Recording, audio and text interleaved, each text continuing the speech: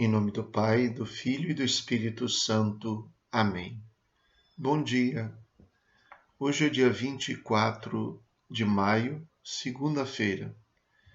E sendo segunda-feira, imediatamente depois de Pentecostes, por instituição do Papa Francisco, hoje celebramos Maria, Mãe da Igreja.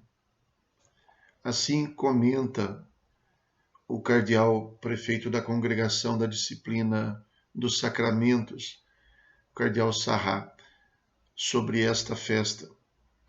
Considerando a importância do mistério da maternidade espiritual de Maria, que na espera do Espírito em Pentecostes, nunca mais parou de ocupar-se e de zelar maternalmente pela Igreja peregrina no tempo, o Papa Francisco estabeleceu que na segunda-feira, depois de Pentecostes, a memória de Maria, Mãe da Igreja, seja obrigatória para toda a Igreja de rito romano, celebrando como Igreja, sentindo entre nós a presença amorosa e materna de Maria. Do Evangelho segundo São João. Naquele tempo, perto da cruz de Jesus, estavam de pé a sua mãe, a irmã da sua mãe, Maria de Cleofas e Maria Madalena. Jesus, ao ver sua mãe e ao lado dela o discípulo que ele amava, disse à mãe: Mulher, este é o teu filho.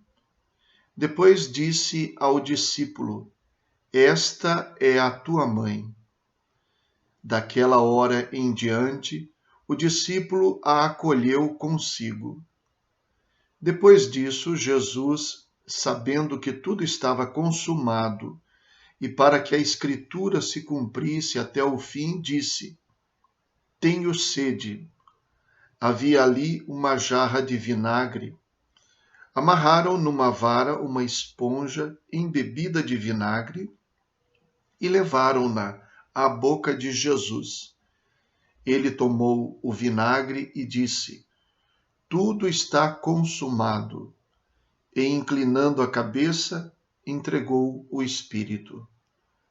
Era o dia da preparação para a Páscoa. Os judeus queriam evitar que os corpos ficassem na cruz durante o sábado, porque aquele sábado era dia de festa solene.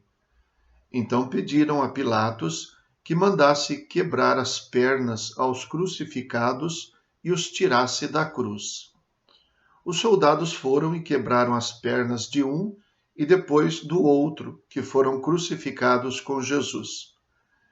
Ao se aproximarem de Jesus e vendo que já estava morto, não lhe quebraram as pernas, mas um soldado abriu-lhe o lado com uma lança, e logo saiu sangue e água.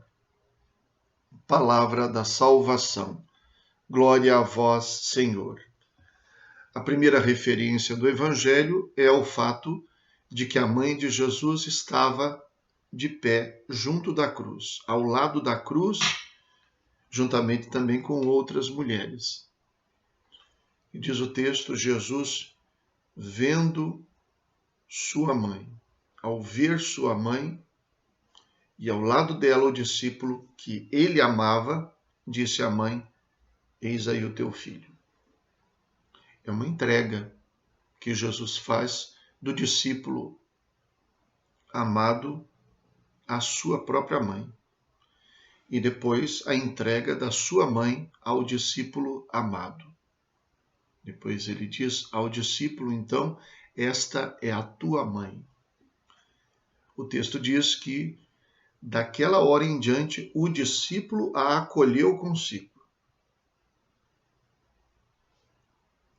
É semelhante a uma passagem na qual, lá no Evangelho de São Mateus, o anjo aparece em sonhos para José e diz: Não temas receber Maria como tua esposa. Não temas receber Maria. E aqui, esta é a tua mãe. Discorde quem quiser discordar, com as razões que achar que pode ter. Mas mesmo as pessoas que dizem seguir tanto a Bíblia deveriam se curvar diante de palavras como estas. Esta é a tua mãe. Este é o teu filho. E daquela hora em diante o discípulo a acolheu consigo. Não se trata só de reconhecê-la como mãe de Jesus. Trata-se de recebê-la consigo, que é o que a igreja afirma. E essa proximidade com a igreja aparece de um modo muito especial no final do Evangelho, quando se diz que não quebraram as pernas de Jesus, mas que um soldado abriu-lhe o lado com uma lança e logo saiu sangue e água. São João Evangelista sempre faz algumas aproximações, sobretudo quando se refere à paixão, entre os acontecimentos da vida e da morte de Jesus com as passagens da criação do livro do Gênesis. É por isso que Jesus, ao se referir, ao se dirigir à sua mãe, utiliza esta expressão: mulher, mulher, este é o teu filho. Porque mulher é a palavra que designou a mãe de todos os viventes, Eva, lá no livro do Gênesis. Mulher é a mãe. Eva, a mãe de todos os viventes. Aqui, Maria, a mãe de todos os discípulos amados de Jesus. Maria aparece como sendo uma nova Eva, assim como Jesus aparece como sendo um novo Adão. E a cruz como sendo a nova árvore do paraíso.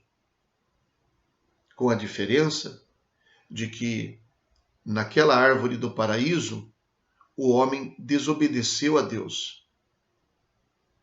Como diz o próprio texto, querendo ser igual a Deus, como diz a serpente no texto.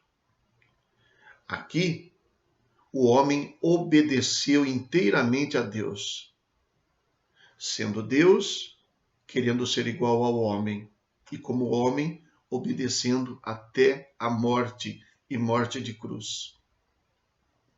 Jesus, o novo Adão, é o homem que dá início a uma nova criação. E assim como Adão